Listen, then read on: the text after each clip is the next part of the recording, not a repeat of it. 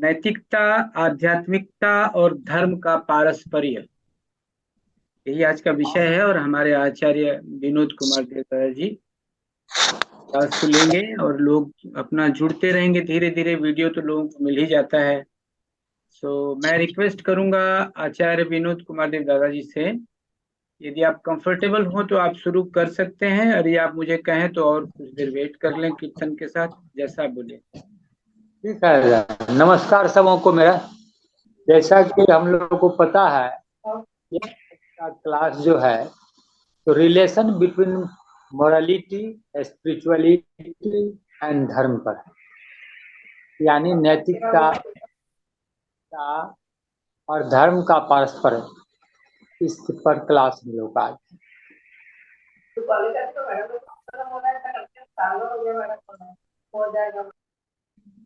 आवाज ठीक है दादा? आवाज ठीक है ना? ऑडिबल है आवाज मेरा? एकदम ठीक है दादा, आवाज ठीक है। तो जैसा कि हम लोग जानते हैं कि नैतिकता, इस पर पिछला क्लास भी हो चुका है और धर्म भी हो चुका है, धर्म पर भी। तो नैतिकता जीवन के प्रत्येक क्षेत्र में आदर्श समाज के निर्माण के लिए जो व्यक्ति द्वारा निर्मित होता है, प्रत्येक व्यक्ति में कूट कूट कर भरा होना चाहिए।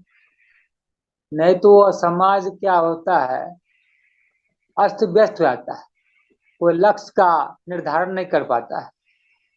इसलिए वाइटल फोर्स जो होता है किसी समाज या व्यक्ति में, जीवनी शक्ति होती है, प्राण शक्ति होती है, वो एक्चुअल में नैतिकता से ही गुजर कर प्राप्त होता है।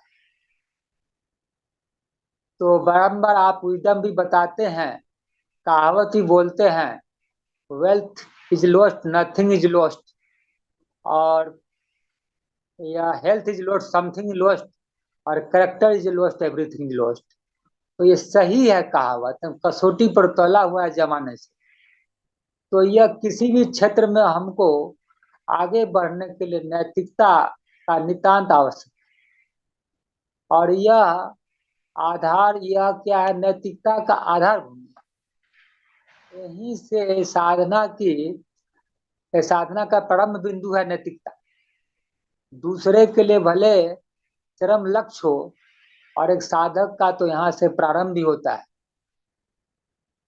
तो इसलिए हम लोग को क्या करना है कि अधिक यह जो नैतिकता है, यह साधना प्रारंभ करने का एक एक या आंतरिक सामंजस्य करने का उपाय है, यह नैतिकता। और यह नैतिकता, मोरालिटी, नीति है ही जो इसमें चलने का भाव है, और कहाँ बढ़ने का भाव है, जो पूर्णता में स्थापित कर दे, जो मनुष्य का चरम लक्ष्य उसमें स्थापित कर दे। इसलिए साधना स्टार्ट करने से पहले हमको इसमें सदनीति में प्रतिष्ठित होने का उपाय करना पड़ता है। हमारे चरण निर्देश में भी कहा गया है कि जम नियम के बिना साधना नहीं हो सकती। अर्थात नैतिक नियम, जो सद नियम है, वृत्तियां जो हमारे हैं, उसमें क्या है कि इसका नितांत आवश्यक है आगे बढ़ने के लिए। और इसलिए क्या होता है कि चूंकि यह सदनीति जो मेरा है, यह जो मेरा यह नैतिक नियम जो है, तो पूर्णता में प्रतिष्ठित करने में हमको सहायक होता है।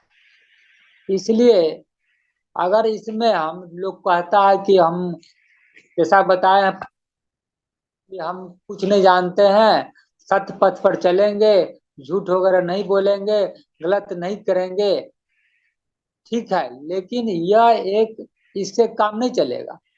यह अनुशासित जीवन जीने की कला है, यह जिसके माध्यम से हम अपने का सर्वांगीण विकास कर सकते हैं। इसलिए मनुष्य को क्या करना पड़ेगा कि इसको कहा गया है कि बचपन से ही, गर्भ से ही, बाल्यकाल से ही लेके जीवन प्रत्न तक आगे बढ़ना जरूरी है। जब जागा तब सवेरा। तो आदमी को इसमें हमेशा प्रस्तुत होने का प्रयास करना। और यह क्या है? यह है, ये क्या है? यह लिविंग फोर्स है, यह डायनामिक फोर्स है। यह क्या है? हमेशा ऐसे तो मनुष्य मनुष्य में देश काल पात्र को मैं अपने संस्कार के कारण, अपने डिफरेंस के कारण इसमें सब कुछ का प्रयास करना, राजनीति में उतरना भी अलग अलग हो जाता है।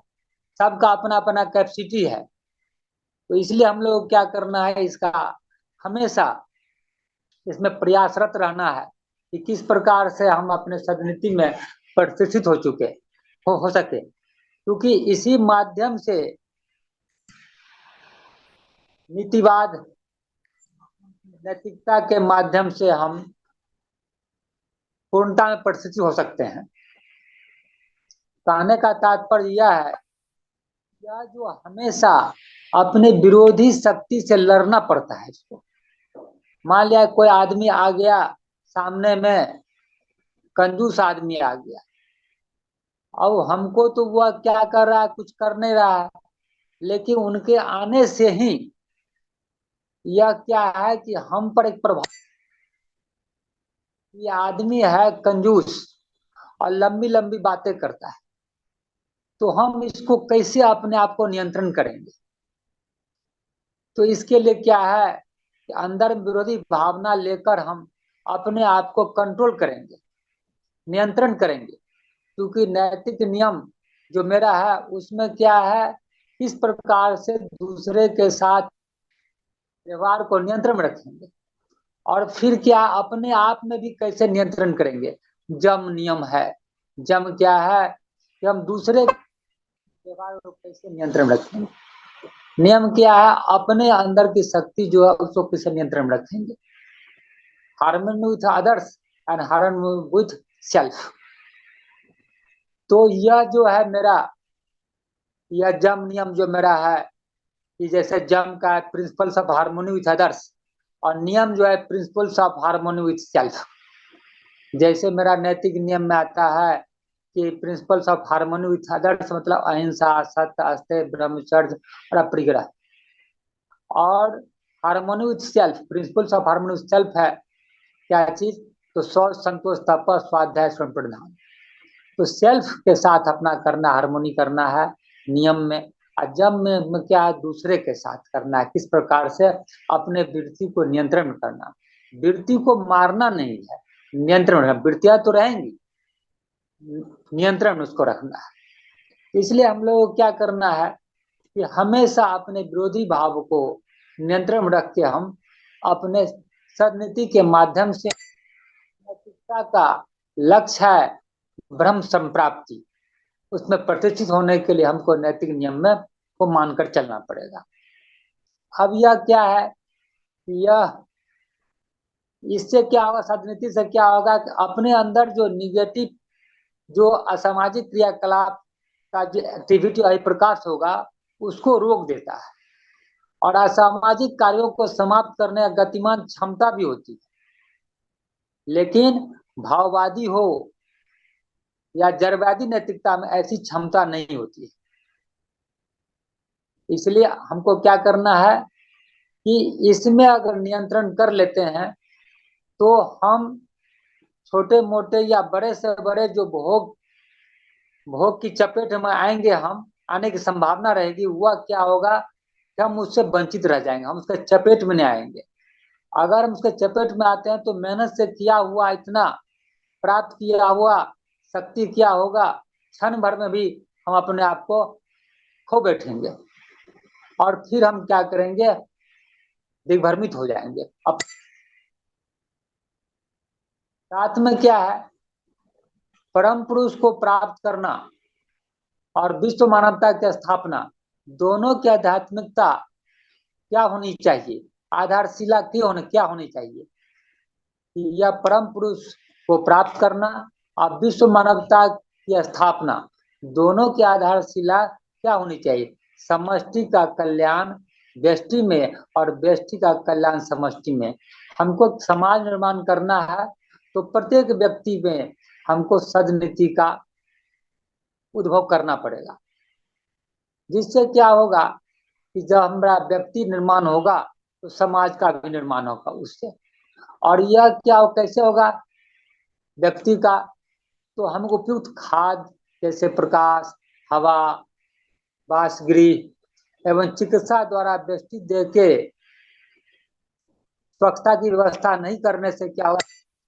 कल्याण नहीं सकता। इसलिए हमको समष्टि का कल्याण करना है तो हमको इसको सद्नीति के माध्यम से व्यष्टि का कल्याण करना पड़ेगा। व्यष्टि में आध्यात्मिकता और आधुनिकता केंद्रित नैतिकता नहीं रहने से समष्टि का मेरुदंड टूट जाएगा। इसलिए हमको क्या करना पड़ेगा कि हमेशा हर क्षेत्र में लोअर लेवल से लेके यूनिवर्सिटी लेवल तक उसको ऐसा व्यवस्था समाज में करना पड़ेगा कि ताकि वह राजनीति का हमेशा अपने अंदर विकास कर सके, अनुशासित रहेगा लोग, जिससे समाज का एक अनुशासित समाज का निर्माण होगा। इसलिए समष्टि कल्याण के लिए व्यष्टि व्यष्टि में आध्यात्मिकता की ज्योति जगानी होगी, जो मेरा जम नियम पर आधारित होगा। समाज कल्याण में सबकी सेवा वही कर सकते हैं जिन्हें आध्यात्मिक शक्ति प्राप्त है। आध्यात्मिक नैतिकता से की जीवन यात्रा व्यक्तिगत या समष्टिगत प्रारंभ होती है। भाववादी तथा पदार्थवादी भौतिकता इस क्षेत्र में काम नहीं कर सकती है। जैसे भाववादी का हुआ जो कि हमेशा तर्क वितर्क में कुतर्क में अपने पदार्थ विज्ञान, ये पदार्थवादी जो बहुत नैतिकता हुआ इस क्षेत्र में काम नहीं कर सकती है। भाववादी ईश्वर मीमांसा का तर्क वितर्क करके उलझे रहते हैं और अध्यात्म विज्ञान से उनका कोई संबंध नहीं होता है। इनके दार्शनिक निष्कर्षों में असंपूर्णता और बुनियादी खामियों का समावेश अनिवार्य हो जाता है। भाववादियों की प्रवृत्ति दुनिया को खत्म या मिथ्या बना मानने की होती है। भाववादी नैतिकता विज्ञान दर्शन के साथ सामंजस्य को मान्यता नहीं देती है। तो कहने का क्या हुआ कि हमेशा जैसा कि जानते हैं कि मोरालिटी जो है कि जीवन के प्रत्येक क्षेत्र में जो जम नियम है मेरा 5 जब 5 नियम 10 तो है, उसको क्या करना पड़ेगा अपने जीवन में हमेशा बचपन से लेके गर्भ से लेके जीवन प्रति तक इसका अभ्यास करना पड़ेगा। जैसे हम लोग जानते हैं पहले जमाने में जाते थे गुरु गृह में जाकर बच्चे 5 वर्ष से ही 25 वर्ष तक परा ज्ञान का कुछ अपरा ज्ञान का ज्ञान को हासिल करके और तब आते थे गारस्थ जीवन के लिए। और उसमें भी विशेष परा ज्ञान और साथ में अपरा ज्ञान का होता था। फिर जाकर 50 वर्ष जब वानप्रस्थ में आते थे तो फिर परा ज्ञान का चलता था। अब बहुत कम परा ही ज्ञान रहता था मुख्य रूप से वानप्रस्थ में। तो इस प्रकार से हम क्या करते थे कि शिक्षा दीक्षा इस प्रकार से होता था कि मनुष्य को नैतिकता में उत्तीर्ण करा देते थे लोग, और उत्तीर्ण कर हमेशा लगे रहते थे। और जब उसे आध्यात्मिकता का पाठ पढ़ाया जाता था, यह अपने जीवन उतारने के लिए जो मेरा स्पिरिचुअल कल्ट है उसमें यह नैतिकता सहायक होता है। हर क्षेत्र में होता है, लेकिन खास करके आध्यात्मिकता में उत्तीर्ण होने के लिए हमको क्या करना, जम नियम का पालन करना पड़ता है। इससे क्या होगा, आध्यात्मिकता से क्या होगा, स्पिरिचुअल कल्ट से क्या हमको शक्ति मिलेगा और इस मन विस्तारित होगा। मेरा क्या होगा कि यह मन विस्तार होने से क्या होगा कि यह वसुधैव कुटुंबकम का भावना आएगा। आत्मवत भागना आएगा। यह सब दुनिया में जितने भी है जीव जंतु, पेड़ पौधे, पशु पक्षी, सब हमारे ही परमात्मा की सृष्टियां, हम भी उनके अंग हैं, सब हमारे अपने हैं। नम्र विचारधारा का उद्भव होगा तो हमको इससे क्या होता है, शक्ति मिलती है। इसलिए नैतिकता जो है विज्ञान और दर्शन के साथ सामंजस्य को भी मान्यता देती है, लेकिन भाववादी और यह जो है जड़वादी है, इसका ऐसा किसी का तालमेल नहीं रहता है। इसलिए अध्यात्मवादी नैतिकता यम नियम की सुस्पष्ट व्याख्या करती है, जो विज्ञान सम्मत तथा व्यवहारिक है।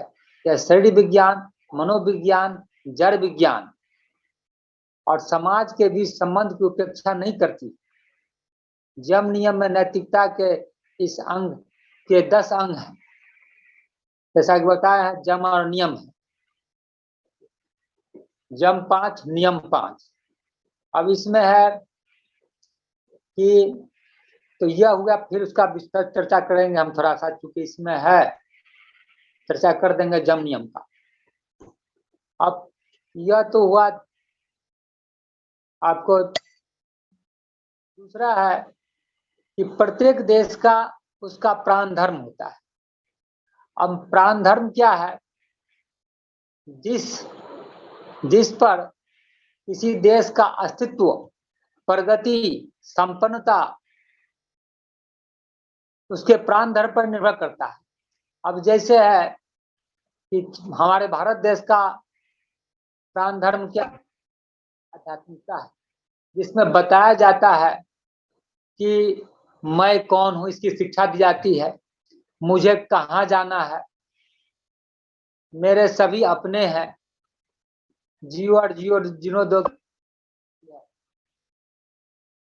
तो बहुत प्रकार के आध्यात्मिकता से रिलेटेड उसमें शिक्षा दीक्षा दी जाती है, और वही उसका शिक्षा दीक्षा उसी आधार पर समाज का, देश का निर्माण होता है। इसी भावधारा कहता है, सामाजिक दृष्टिकोण बनता है, जिससे क्या होता है कि किसी कोई आदमी, जब हम जानते हैं कि मेरे सभी अपने हैं, वसुधैव कुटुंबकम है, मैं परमात्मा का हूँ, मेरे सभी मेरे सभी अपने भाई हैं, तो यह जो भावधारा आध्यात्मिकता का है, जिससे आदमी एकजुट रहता है। नहीं तो क्या, साधारण शक्ति भी हमको तोड़ देता है।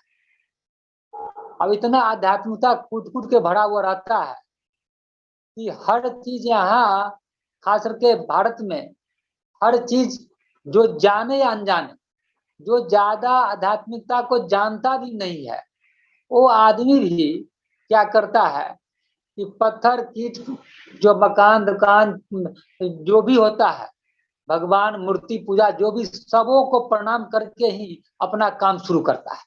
इवन डकैत भी जाता है तो माँ काली का पूजा करके, क्योंकि इसमें इतना आध्यात्मिकता कूट कूट के भरा हुआ है।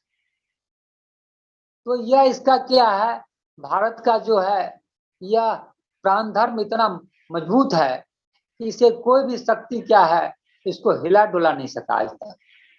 प्रभावित करता है, लेकिन यह इसके इसको छिन्न भिन्न नहीं कर सका। इसलिए यह क्या है कि प्रत्येक देश का उसका प्राण धर्म होता है, उसका ताकत होता है, उस देश का अस्तित्व और प्रगति, उस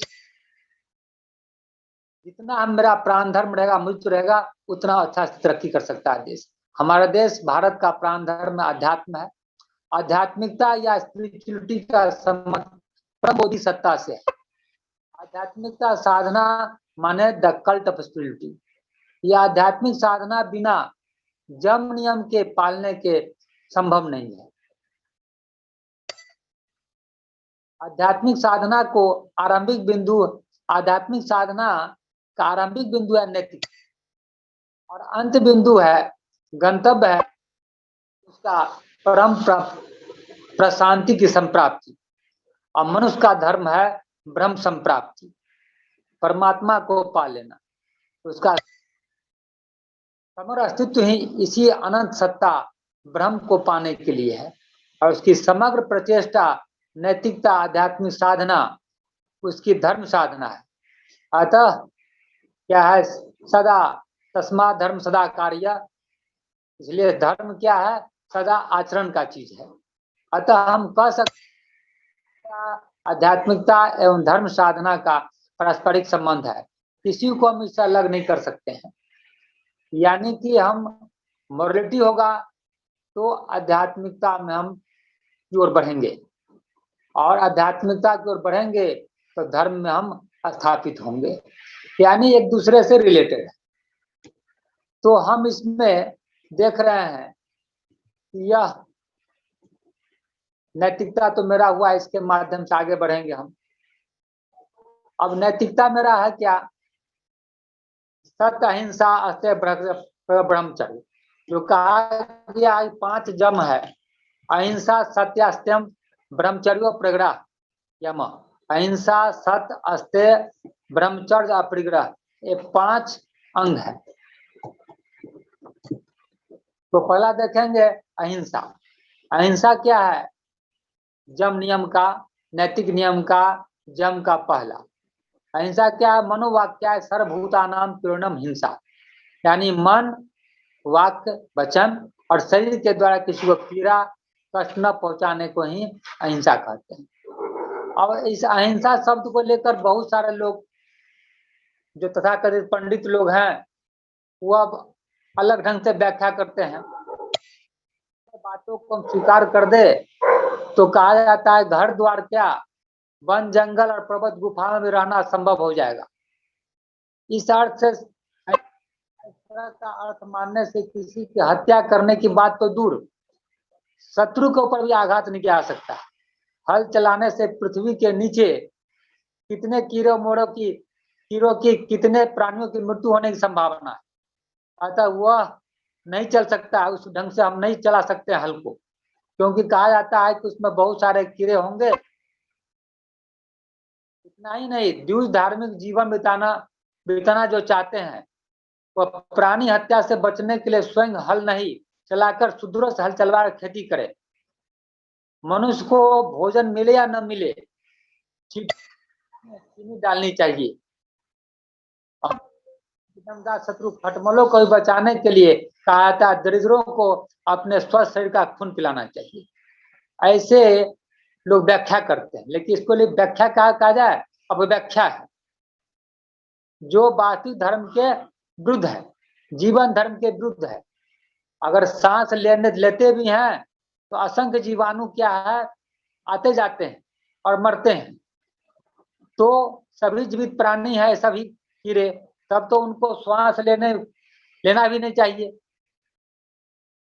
रोगी अपने शरीर के विष कारक दवा को लेते हैं तो उससे कृमि भी मर जाते हैं, तो क्या करना चाहिए, इस व्याख्या के अनुसार उसे दवा भी नहीं लेना चाहिए। और इतना ही नहीं, विशुद्ध जल को भी छानकर उसको विशुद्ध जल भी पीना छोड़ देना पड़ेगा, क्योंकि साफ करने के लिए उसमें दवा देना पड़ता है, जिससे क्या होता है बहुत सारे कीड़े मरते हैं। या बिना अगर साफ किए पानी पी लेते हैं, पेट में जाने के बाद भी हो सकता है जीवाणु अंदर मर जाए। तो इस प्रकार की व्याख्या अहिंसा को लेकर तथाकथित पंडित लोग करते आए हैं। और यह क्या है, इस प्रकार का प्रथा बहुत दिनों तक चलता रहा भारतवर्ष में,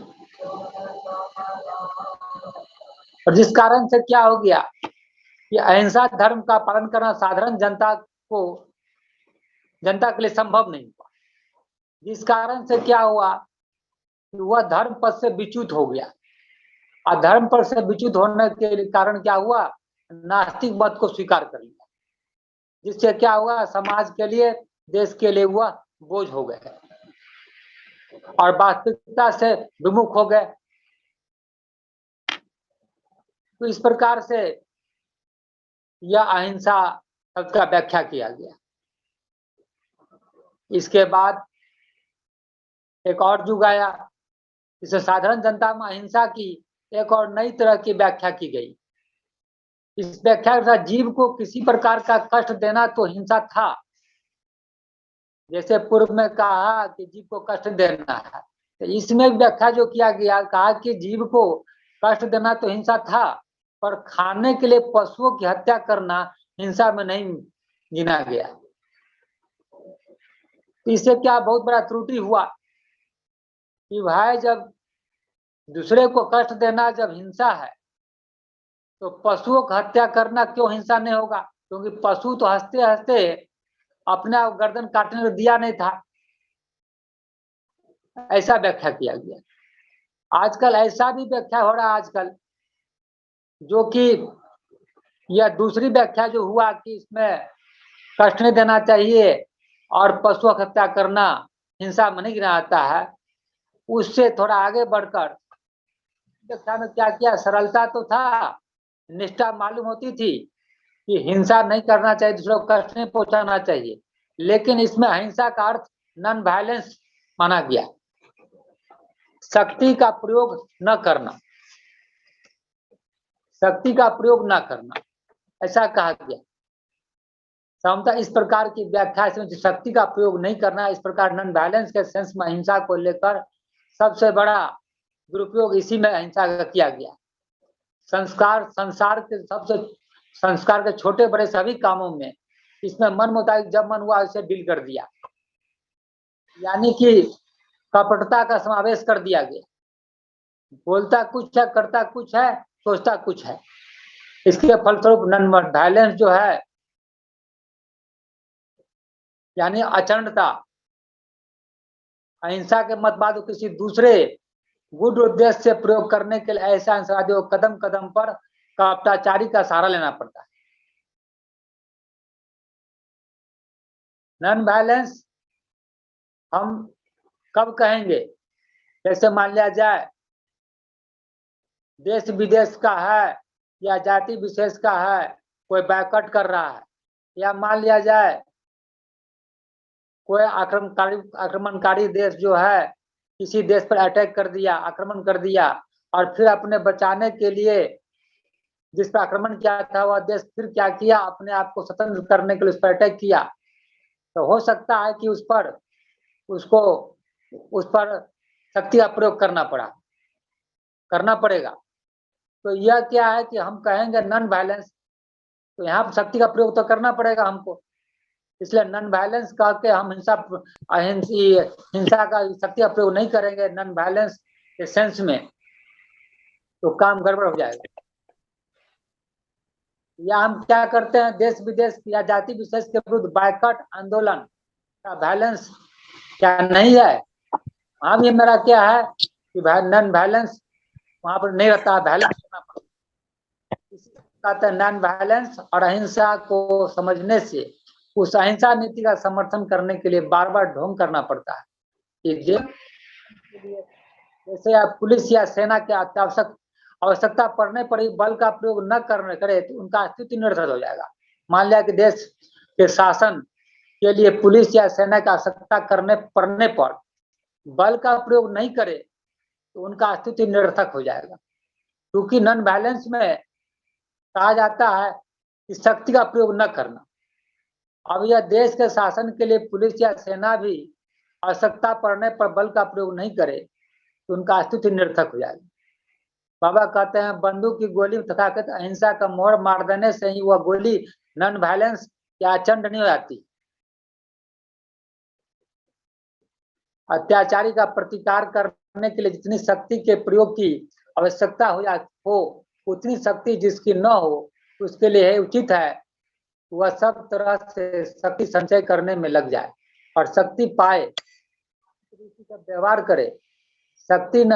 शक्ति संचय करने के लिए साधना भी नहीं, पर अपनी सारी दुर्बलता को शत्रुओं के सामने स्वीकार नहीं करने के उद्देश्य से अपने को अहिंसक कहने से कोई कूटनीतिक उद्देश्य भले ही सिद्ध हो जाए, परंतु उसमें साधुता की मर्यादा की रक्षा नहीं सकती है।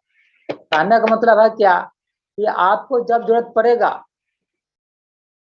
शक्ति प्रयोग करा, चूंकि यह शक्ति प्रयोग करने से ही मनुष्य का विकास होता है। इवन जब चलते भी हम हैं तो गुरुत्वाकर्षण शक्ति के विरुद्ध हमको शक्ति प्रयोग करना पड़ता है, इसलिए बिना शक्ति प्रयोग के हम रह नहीं सकते। इसलिए नॉन वायलेंस के सेंस में अहिंसा का सबसे ज्यादा।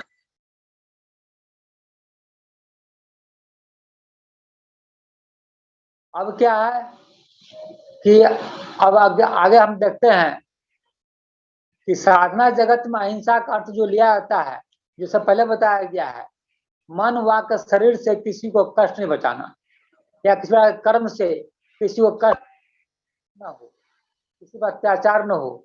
तुम्हारे जिस विचार से कार्य के पीछे किसी को तकलीफ देने का भाव होगा तो वह हिंसा होगा। अब जीव धारण करने में जीव हत्या होगी ही, इसमें किसी को पीड़ा पहुंचाने या इच्छा हो या न हो, लेकिन जीव का हिंसा तो हत्या तो होगी। जैसे मान लिया सांस लेते हैं तो हजारों जीवाणु आना जाना होता है, तो इसमें जीव हत्या तो होगा ही, लेकिन इसके पीछे क्या है कि जीव को मारने का, हत्या करने का कोई मानसिकता नहीं है, इसलिए हिंसा के श्रेणी में नहीं आएगा। अब हम अपने दैनिक जीवन में देखते हैं कि हमारे शरीर जो है बहुत सारे असंख्य जीव कोषों से मिलकर बना, सेल से बने, कोशिका से बने होते हैं। अब प्रत्येक काम के फल तो हर क्षण वे मरते हैं, नष्ट होते हैं। शरीर को निरोग रखने के लिए दवाइयां लेते हैं, उससे लाखों लाख कीटाणु खत्म होती है, हत्या करते हैं। कीड़े मकोड़े, फसल नष्ट करने वाले पशु, खटमल, मच्छर आदि जीवों को न जाने कितने प्रकार से हत्या करते हैं। यह क्या है, देह धारण के लिए हम लोग करते हैं, इसके पीछे दूसरों को कष्ट पहुंचाने का अच्छा नहीं है, इसलिए इसको हम हिंसा नहीं कहेंगे। देह रक्षा करने के लिए यह सब तो करना ही होगा। तो हम क्या, हमेशा जीवन रक्षा करने के लिए हमको, जीव हत्या जो होता है वह जानबूझकर हम नहीं करते, वह जीवन को सुरक्षित रखने के लिए वह होता है, इसके पीछे कोई मानसिकता हमारी नहीं है। इतना ही नहीं, जो हम लोग भात खाते हैं वह भी बनता है क्या चीज, धान से। उस धान में भी क्या है, अंकुरन की संभावना है, लेकिन हम उससे धान से चावल निकालते हैं, लेकिन इसको क्या है, वह धान भी में क्या है, जीव है, उसको हमको मारने का, हत्या करने का उसमें किसी प्रकार का भाव नहीं रहता है। अगर ऐसा हम सोच लेंगे तो हमको अपना जीव हत्या हो रहा है, तब तो खाना बंद करना पड़ेगा। और फिर प्राणी को क्या होगा, मनुष्य को, जीव को ईंट पर बालू पत्थर खाकर ही रहना पड़ेगा, श्वास प्रश्वास क्रिया भी छोड़ देनी पड़ेगी, और अंत में क्या, आत्महत्या करना पड़ेगा। लेकिन यह बिल्कुल क्या है कि खाद्य ग्रहण करने के समय दो विषयों का ध्यान देना आवश्यक है। यह हमको हिंसा करने का कोई ख्याल नहीं रहता है कि हम उसको हत्या करें जीव को, लेकिन जीवन निर्वहन के लिए जरूरी है। लेकिन इस बात का ख्याल रखना पड़ेगा कि खाद्य ग्रहण करने वक्त में दो बातों का ध्यान रखना पड़ेगा। पहली बात तो जहां तक संभव हो ऐसी चीजों से खाद्य चुनना जाए जिसमें कम हुआ, इसमें चेतन का विकास कम हो, अर्थात साग सब्जी मिलने से पशु हत्या न की जाए। दूसरा है क्या कि खाने के लिए किसी जीव की, चाहे वह विकसित चेतन हो या अविकसित चेतन का, हत्या करने से पहले सोच लेंगे कि बिना इस हत्या भी हमको काम चल सकता है, हम जीवित रह सकते हैं कि नहीं। आगे क्या कि मनुष्य का शरीर, जैसा कि हम जानते हैं, असंख्य जीव कोषों से मिलकर बना।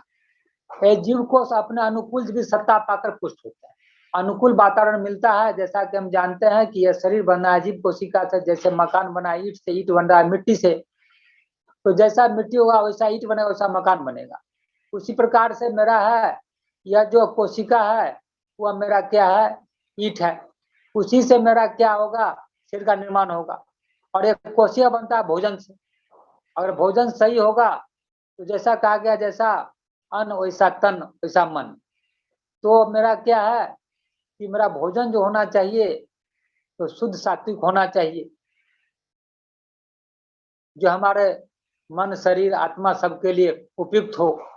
इसलिए अगर हम गले पचे दुर्गंध जीव जीव युक्त वस्तु से या ताजा भोजन पशु मांस से, जैसे हीन वृत्ति प्रबल जो जिस अपने शरीर कोषों का उससे निर्माण करते हैं, तो हमारे मन में भी हीन वृत्ति की प्रबलता स्वाभाविक होगी। इसलिए हिंसा अहिंसा का प्रश्न न रहने पर भी बिना सोचे विचारे नहीं खाना चाहिए। खाओ तो खाओ की नीति का समर्थन नहीं किया सकता, जैसा मन में वैसा करना नहीं चलेगा, तो इसलिए कोई नीति मानकर चलना पड़ता है। अतः सही धर्म का पालन करने के लिए भोजन के संबंध में एक नीति निर्धारण कर कहीं चलना पड़ेगा। जो क्या है, इसके लिए हम लोग अपरिग्रह में जाकर हम विस्तार से पढ़ेंगे। और भी तो हमको अपरिग्रह की नीति के विरुद्ध हमको नहीं चलना है भोजन करने में भी। अब क्या है, हिंसा का और शक्ति का प्रयोग दोनों एक चीज नहीं है। आगे देख रहे हैं कि हिंसा और शक्ति का प्रयोग दोनों एक चीज नहीं है। लेकिन कहीं कहीं क्या होता है, शक्ति के प्रयोग का फल हिंसापूर्ण हो उठता है, जबकि वहां पीड़ा पहुंचाने का मन में नहीं रहता है। लेकिन तो अभी क्या होता है कि शक्ति प्रयोग में फलस्वरूप क्या होता है, हिंसापूर्ण हो उठता है। लेकिन इसके विरुद्ध ऐसा करने का मन विचार नहीं रहता है। जो कहा गया है, और इस प्रकार का परिस्थिति के अनुसार शक्ति का प्रयोग क्या आता है जो हिंसापूर्ण, और जिसके खिलाफ क्या आता है उसे हम आताई कहते हैं। अब किसके खिलाफ हम शक्ति का प्रयोग करेंगे जो हिंसापूर्ण हो जाता है, जबकि मन में ऐसा भाव नहीं रहता है। आताई किसको कहेंगे हम, इस आताई के खिलाफ शक्ति। क्षेत्र दारा पहाड़ेश्च शस्त्रधारी धनापहा अग्नि दस्त्र चैव छठेते याताइन्य, अर्थात जो बलपूर्वक तुम्हारे जमीन जायदाद पर अधिकार करना चाहता हो, पहला। दूसरा है जो तुम्हारी पत्नी का अपहरण करना चाहता। तीसरा है जो शस्त्र लेकर तुम्हें हत्या करने आया हो। चौथा है जो धन लूटना चाहता। और पांचवा जो तुम्हारे घर में आग लाता हो।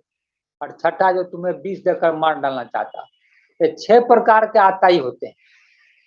जो जमीन जायदाद बलपूर्वक लूटने आता हो, पत्नी का अपहरण करता हो, शस्त्र लेकर हत्या करने आता हो, धन लूटने आता हो, घर में आग लगाने आता हो और विष देकर मार डालना चाहता हो, उसे आताई कहा जाता है। इसलिए यदि कोई व्यक्ति राष्ट्र की तरफ से या किसी पूरा या उसका कोई हिस्सा दखल करना चाहे, तो उस आक्रमण करने वाली शक्ति का शस्त्र के साथ सामना करना अहिंसा नीति के विरुद्ध नहीं, हिंसा नहीं माना जाएगा। बल्कि इस अवस्था में अहिंसा नीति की गलत व्याख्या करने से, अर्थात हिंसा शक्ति के प्रयोग को एक समान लेने से जनसाधारण के दीर्घ काल तक धन हानि, मनस्ताप और अन्याय बहुत तरह के दुख कष्ट भोगने पड़ेंगे। अनेक अवसरों पर ऐसा भी देखा जाता है कि कोई व्यक्ति ऐसा होता है कि मूर्ति पूजा का होता है, पूजक होता है। वह क्या करता है, बिना उसको और उसके मंदिर को सुंदर सुंदर कलाकृतियों को वह क्या करता है, तोड़ फोड़ कर देता है।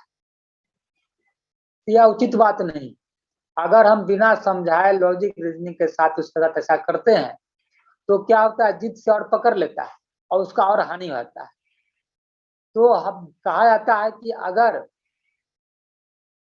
100% लोग भी जिस समय में निराकारवादी हो जाए, उस समय भी मूर्ति पूजक जब एक भी नहीं रहे, तो भी उस अवस्था में ब्रह्मचर्य साधक क्या करेंगे, उस मूर्ति को, वस्तु को व्यवहार के लिए यत्न पूर्वक अजायब घर में संरक्षित रखेंगे, किसी प्रकार उसे नष्ट नहीं करेंगे। तो कला को नष्ट करने से मनुष्य के मन में जो सूक्ष्म रस बोध है वह भी तो नष्ट हो जाता है और किसी भी तरह उचित नहीं है। मान लिया जाए किसी को सिखा जनों के लिए जिनके मन में मोह है और उसको हटाने के लिए हम जोर जबरदस्ती करते हैं, शक्ति प्रयोग करके हटाते हैं, हटाना, तो उससे कोई लाभ मिलने वाला नहीं। और वह दिन रात क्या होगा, उसी में मग्न रहेगा, लगा रहेगा, तो साधना नहीं करके उसका मन और दिग्भ्रमित होता रहेगा। इसलिए क्या करना पड़ेगा हमको, कि बृहत की भावना करते करते करने के लिए उसको प्रेरित करके, और जैसे जैसे मन का विकास होगा वैसे वैसे यह शिखा सूत्र के प्रति जो संक्रमित भाव है वो आप, तो निश्चय ही यह इस प्रकार का जो बल प्रयोग है उसमें क्या है, किसी को हमको कष्ट पहुंचाने का भाव नहीं है। इतना ही नहीं, चोर डकैत साधु मित्र या और सच्ची भलाई की भावना लेकर जो संशोधन के लिए व्यवस्था दी जाती है वह ऊपरी दृष्टि से भले लगे जितना भी क्यों न कठोर है, लेकिन हिंसा उसको कहीं नहीं आ सकती है। तो इस प्रकार से हम लोग को जहां आतंक के खिलाफ है शक्ति प्रयोग और हिंसा पूर्ण आता है तो अहिंसा नीति के विरुद्ध नहीं। मान लिया जाए कि मांसाहार अत्यंत लोभ प्रकट करता है, विशेषकर उन ग्रीष्म देश में जहाँ साग सब्जी पाई जाती है। मांसाहार अधिक लोभ छोड़कर और कुछ भी नहीं है, परंतु चिकित्सक के कहने पर रोग छूट जाने के बाद पथ्य के रूप में अथवा दवा बनाने के साधन रूप में आमिष का हिंसा अथवा लोभ नहीं कर सकता है, क्योंकि वहां हिंसा या लोभ की वृत्ति से स्वीकार नहीं किया गया है। यह काम केवल जीवित रहने के लिए किया गया है। उसी प्रकार हिम प्रधान देश में इसी आवश्यकता से लोग पशुओं का मांस खाते हैं, पशुओं का चमड़ा पहनते हैं और पशुओं की चर्बी से दिए जलाते हैं, लेकिन चूंकि जीवन निर्वहन के लिए वहां जरूरी है। उसी प्रकार से हम रामायण महाकाव्य में भी देखते हैं शिक्षा के उद्देश्य से कि राम ने पत्नी का हरण करने वाला रावण के विरुद्ध हथियार लेकर आक्रमण किया था, प्रबल रूप में बल प्रयोग किया था। उनका यह कार्य किसी भी दिशा में अहिंसा की नीति के विरुद्ध नहीं था, क्योंकि उन्हें पीड़ा या देना अथवा देश जीतने के उद्देश्य से लंका पर आक्रमण नहीं किया था, क्योंकि वह आत्ताई था, पत्नी का अपहरण किया था। उसी प्रकार से महाभारत में भी भगवान श्री कृष्ण पांडवों को कौरवों के विरुद्ध सशस्त्र संग्राम के लिए उत्साहित किया था, क्योंकि कौरव क्या किया था, भूमि का अपहरण किया था, वो आत्ताई थे। तो इस प्रकार से हम क्या देखते हैं कि यह बहुत सारे बात है जो कि सत्य में ये अहिंसा में आता है। उसी प्रकार से है जम का दूसरा है सत्य है। सत्य क्या है, परहितार्थ बांग मान स्वार्थार्थम सत्यम, यानी दूसरे के भलाई के लिए के उद्देश्य से वाक और मन का जो यथार्थ भाव उसी का नाम है सत्य। अब सत्य जो है उसको अंग्रेजी में हम उसका कोई शब्द नहीं है, अंग्रेजी में कोई शब्द नहीं है सत्य का। और जो अंग्रेजी में जिसको हम बोलते हैं ट्रू या ट्रुथ, जो संस्कृत उसको बोलते हैं रित।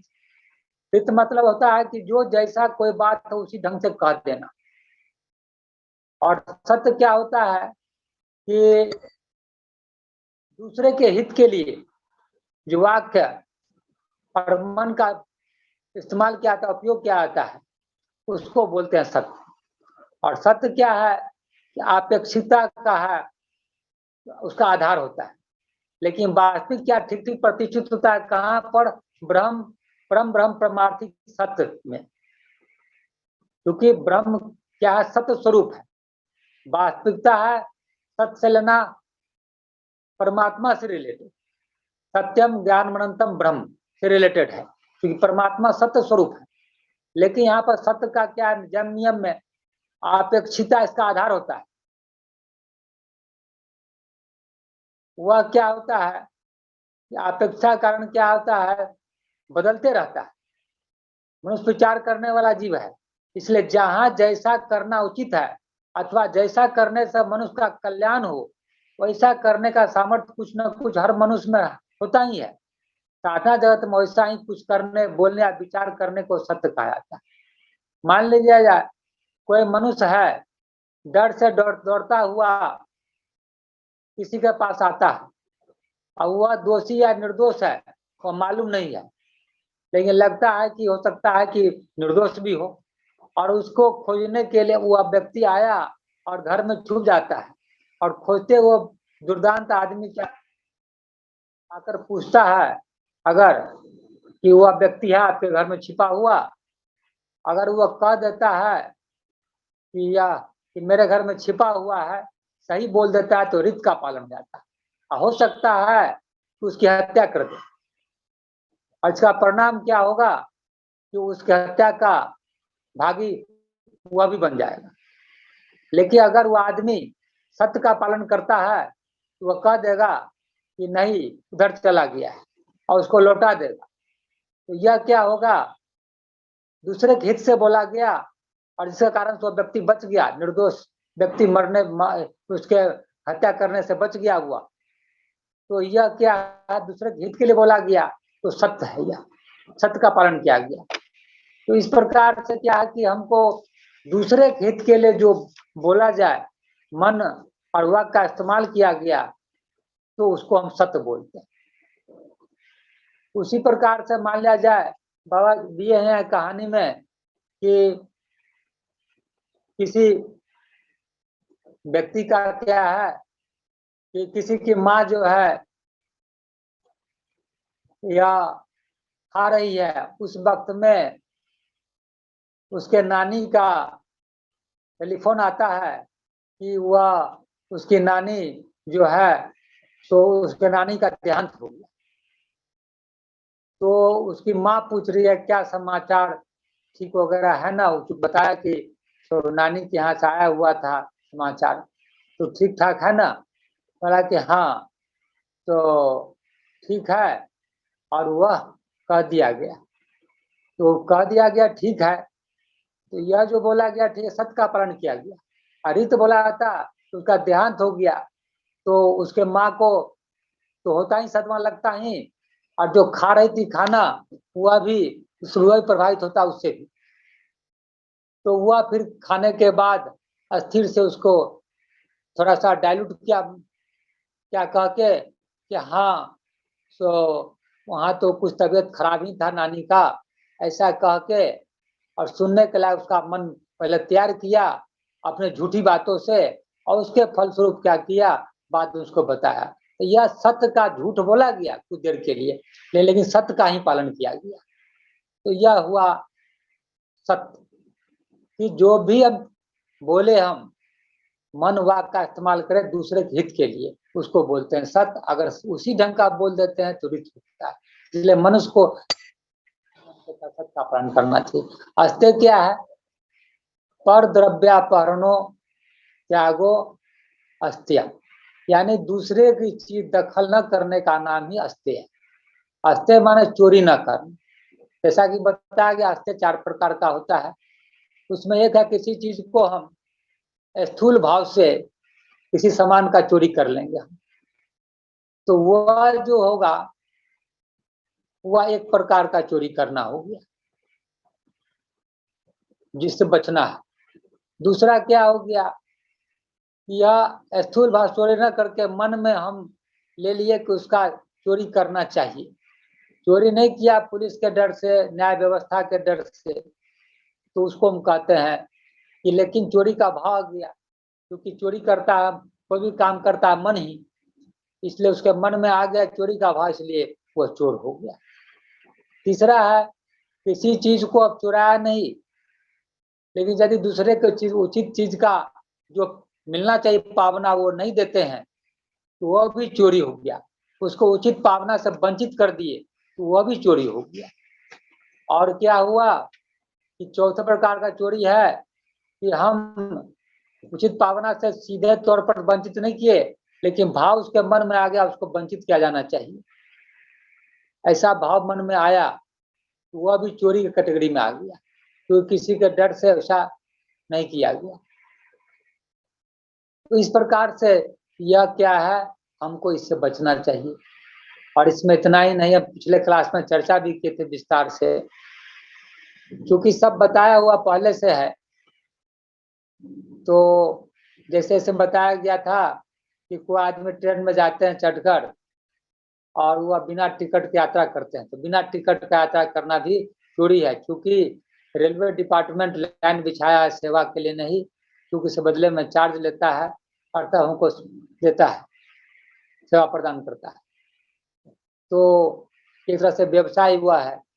इसलिए हमको क्या करना है, बिना टिकट का यात्रा नहीं करना है, थोड़ा चुकता करना चाहिए। यानी अच्छे पढ़े लिखे लोग भी क्या करते हैं, 20, 25, 150 रुपया के लिए भी ऐसा काम कर बैठते हैं और लंबी लंबी बात हाँकते हैं।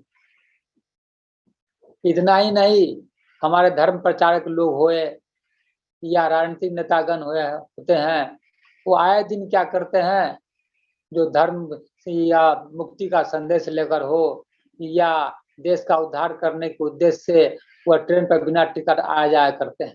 तो आए दिन हम लोग रोज देखते हैं, इनकम टैक्स हो गया और या और भी बहुत सारे टैक्स का चोरी करते हैं लोग आए दिन, पढ़े लिखे लोग सब।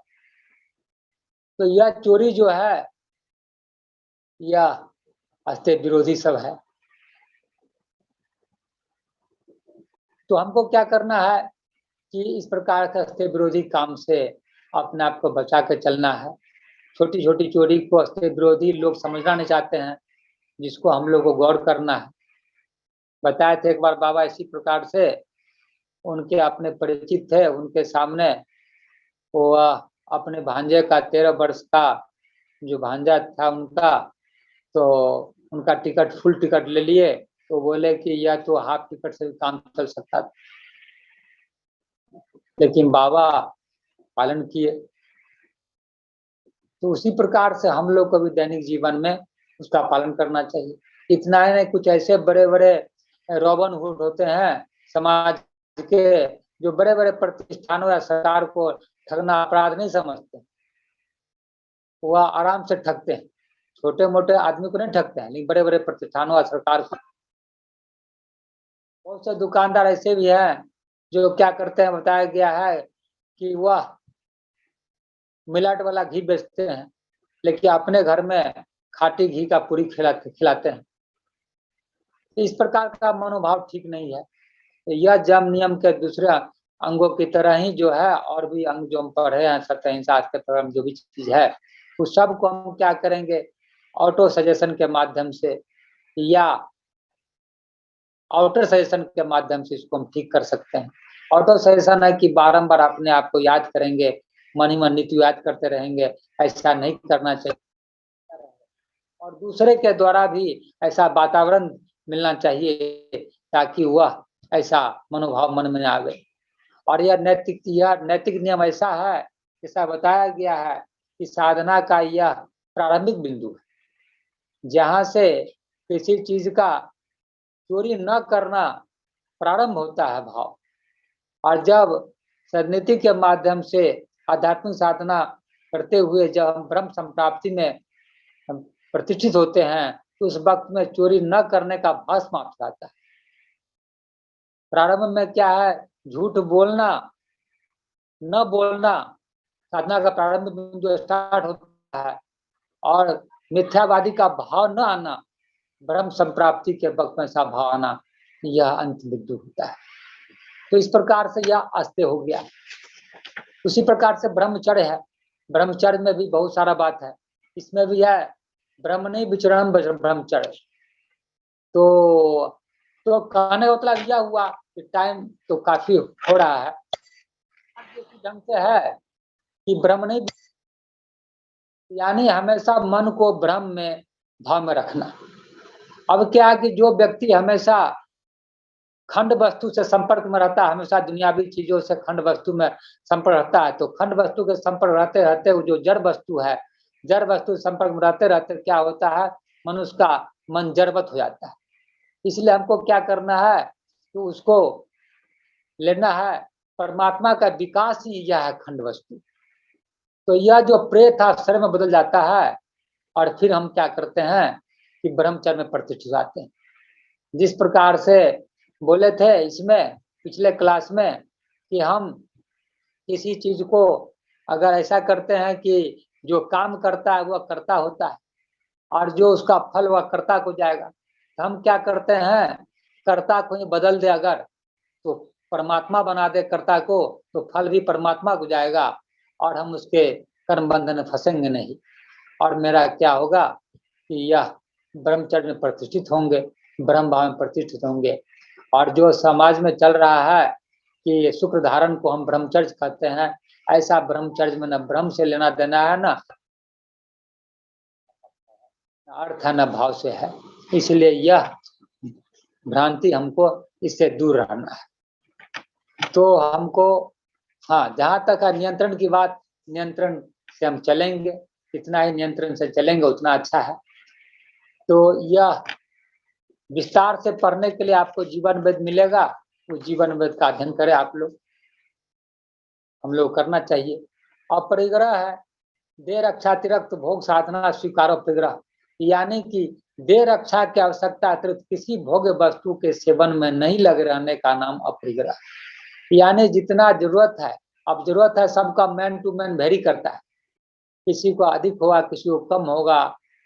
तो इस प्रकार से क्या अपेक्षता के सिद्धांत पर होता है यह। तो यह जितना हो सके सीमाहीन रूप से कम अपने आप को इस्तेमाल करना चाहिए। तो हमको अपरिग्रह का ध्यान रखते हुए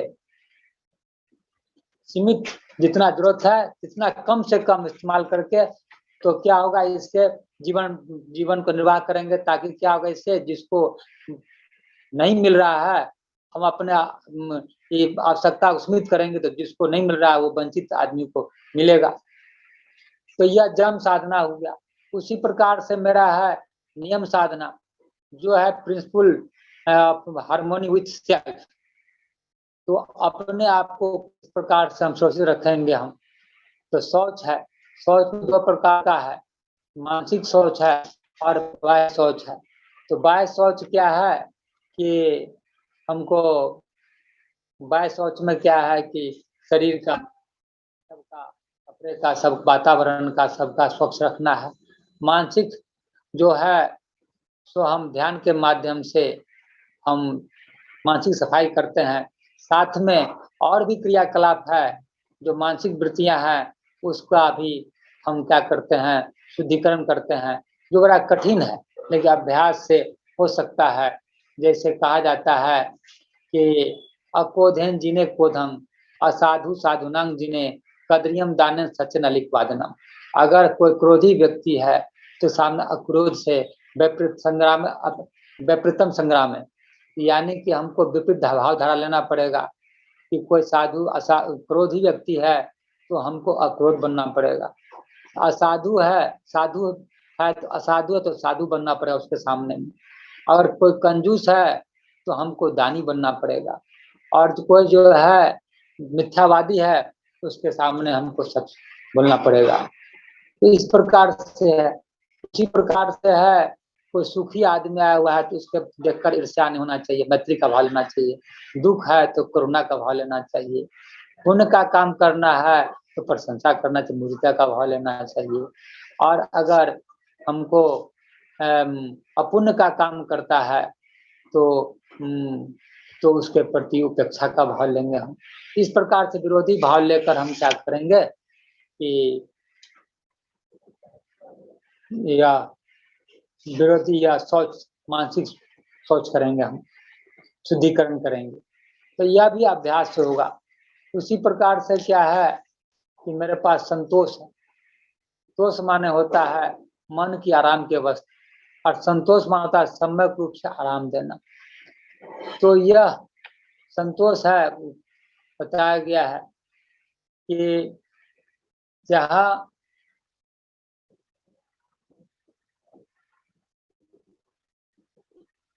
मनुष्य का मन अधिक आराम या तृप्ति साधना अवस्था में नहीं पाता है, जहाँ मन भोग वृत्ति लेकर कुत्ते की तरह जड़ की ओर दौड़ता है, वहाँ किसी भी तरह तृप्ति पाना संभव नहीं है।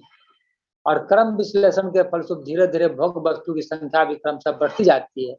इसलिए उसका मन का दौड़ना भी बंद नहीं होता है। इस अवस्था वह क्या करे, विस्तृत आराम मिले, विकसित वस्तु प्राप्ति के से एकाध घंटे के लिए कुछ आराम मिल सकता है, और उसके बाद मन उसके पीछे कहीं दूसरी ओर भागना चाहेगा। बहुत दिनों की उसकी इच्छित वस्तु की आती है, यही तो नियम है। ये तो संभव है। इसलिए हमको क्या करना पड़ेगा कि मन को जो है ऐसा बताए हैं ऑटो सजेशन के माध्यम से या प्रगत अभिभावन ऑटो सजेशन के माध्यम से मन को हमका क्या करना है, संग्राम में व्यतिक्रम, यानी जो बताए हैं विरोधी भाव लेकर हम अपने मन को ठीक रख सकते हैं। तो यह संतोष है। इस बार तप है, दूसरे कष्ट का निवारण करने के लिए अपने आप को कष्ट में डालना जो होता है वह तप होता है। और तप में क्या अपने आप को ध्यान रखना है कि कोई मेरा दुरुपयोग नहीं कर पावे, क्योंकि निधि प्रसन्न हो या समझ ले तभी मतलब कि हमको तप का पालन करना चाहिए।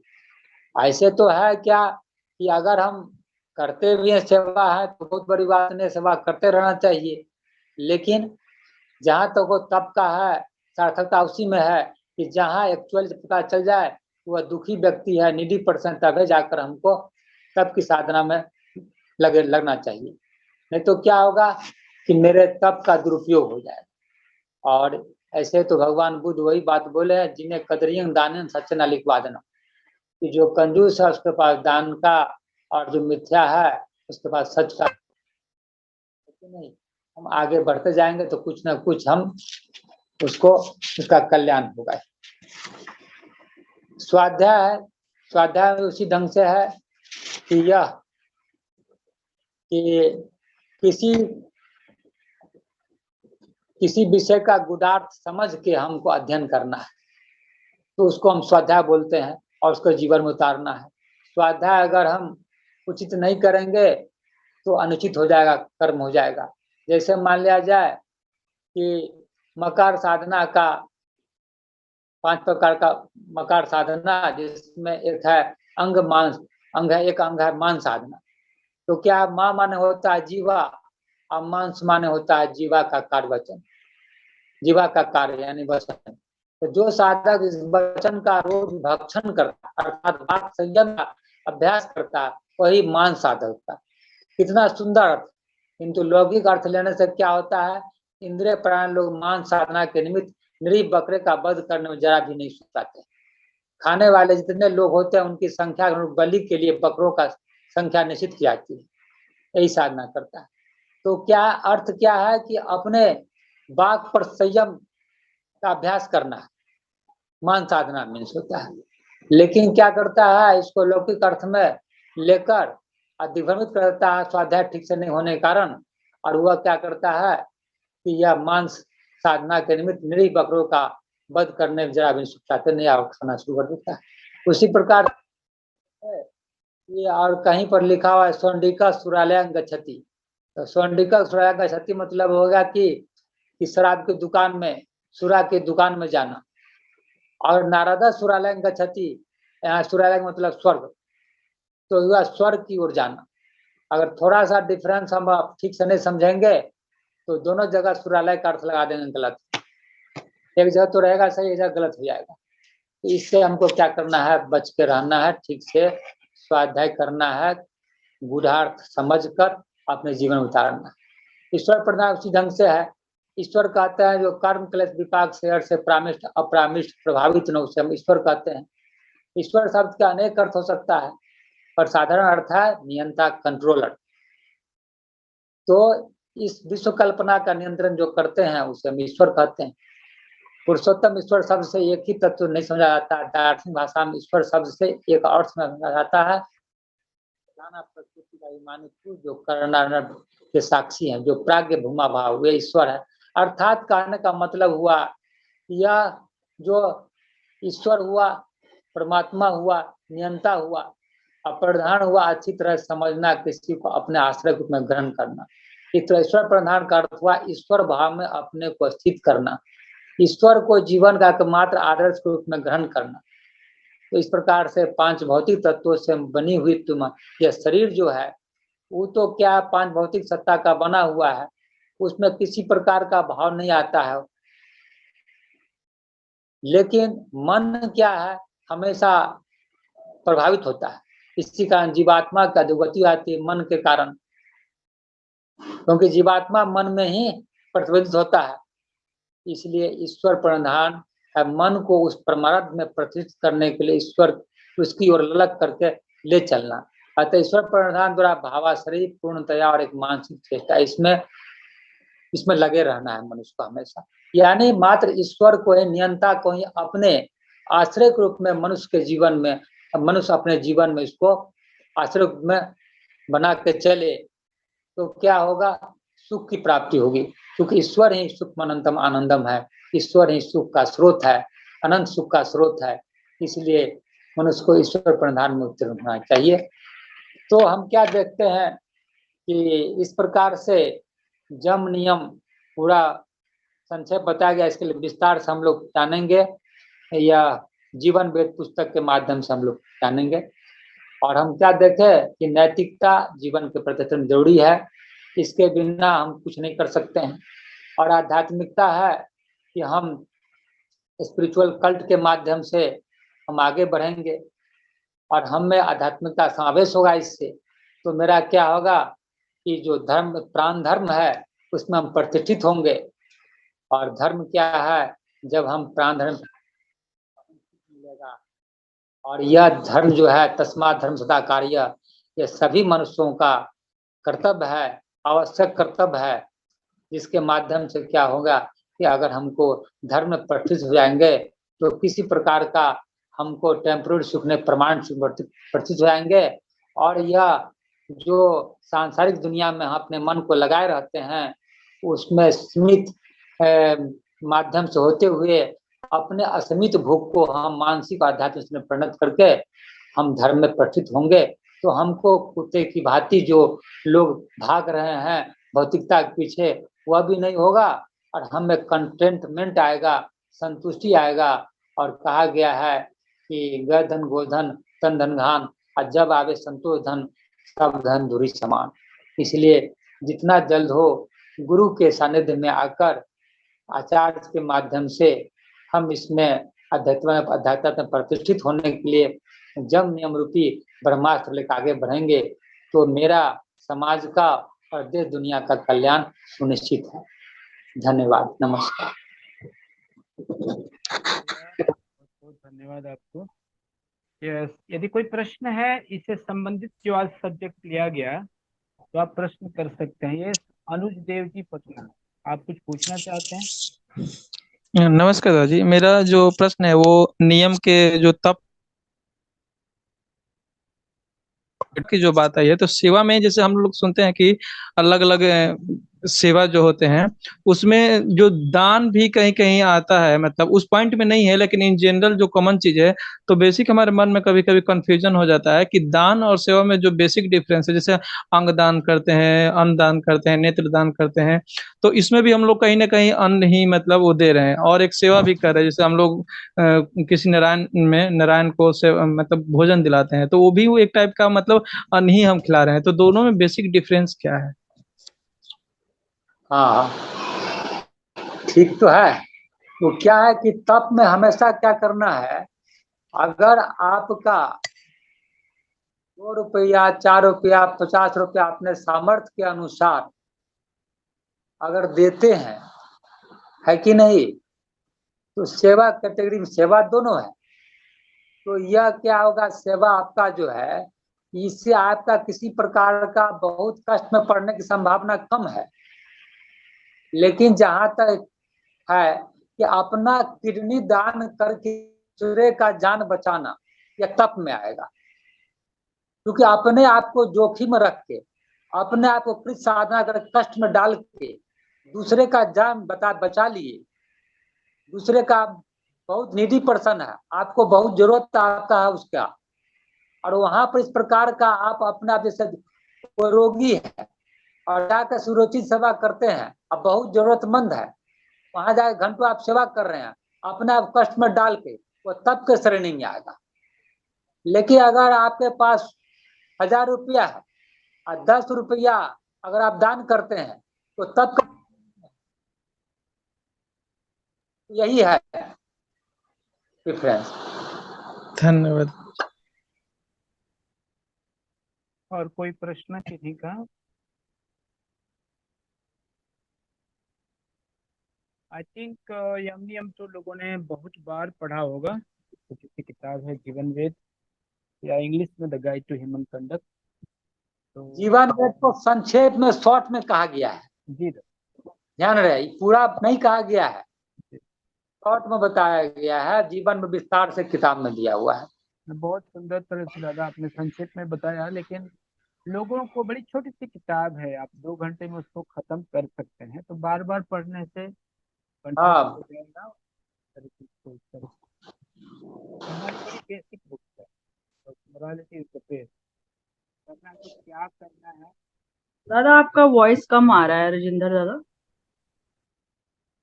दीदी नमस्कार, मेरा आवाज कैसा था आज? ना आपका आपका आवाज आवाज ठीक था दादा, योर वॉइस। हाँ दादा, हाँ अब आ रहा है राजेंद्र दादा। थैंक यू हाँ दादा। जी, मैं ईयरफोन लगा लिया था। तो वही कह रहे थे कि जीवन वेद किताबें कम से कम क्वार्टरली तो सबको एक बार पढ़ी जाना चाहिए। ये मैं अपनी बात नहीं कह रहा हूँ, विमलानंदा बोलते थे कि कुछ ऐसी किताबें जैसे जीवन वेद है और चर्याचर्य 1 2 3 है, ये सब चीजें पढ़ते रहना चाहिए। और बड़ी छोटी छोटी किताबें हैं और बड़ी बेसिक चीजें हैं हमारे लिए। तो एनीवे दादा, आपको बहुत बहुत धन्यवाद। आज आपने जीवन वेद तो संक्षेप में दादाजी कर ही सबसे दिया। बड़ी बात है, सबसे बड़ी बात है कि जीवन में और समाज में प्राण धर्म का बचना बहुत जरूरी है।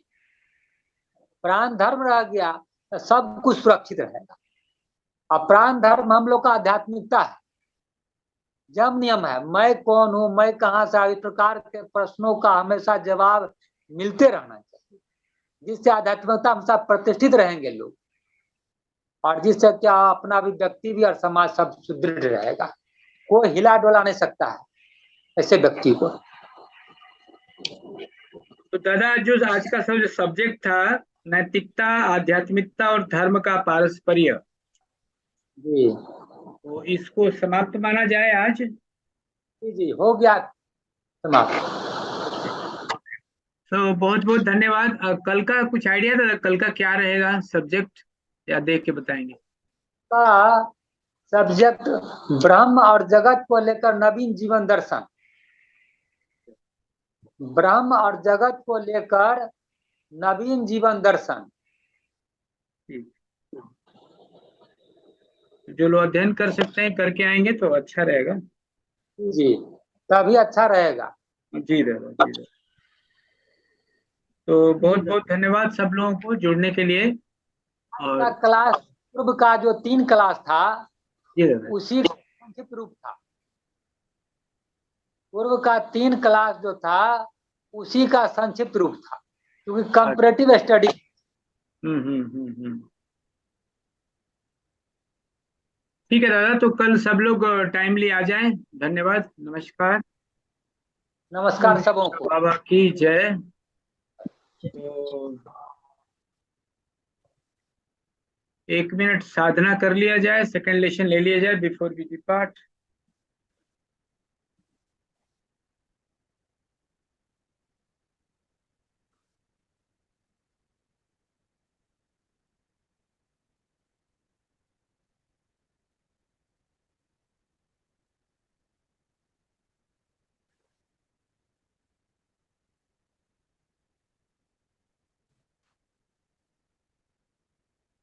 नमस्कार। तो मैं क्लोज करता हूँ दादा इसको। कल फिर मिलते हैं 8:30 बजे सब लोग।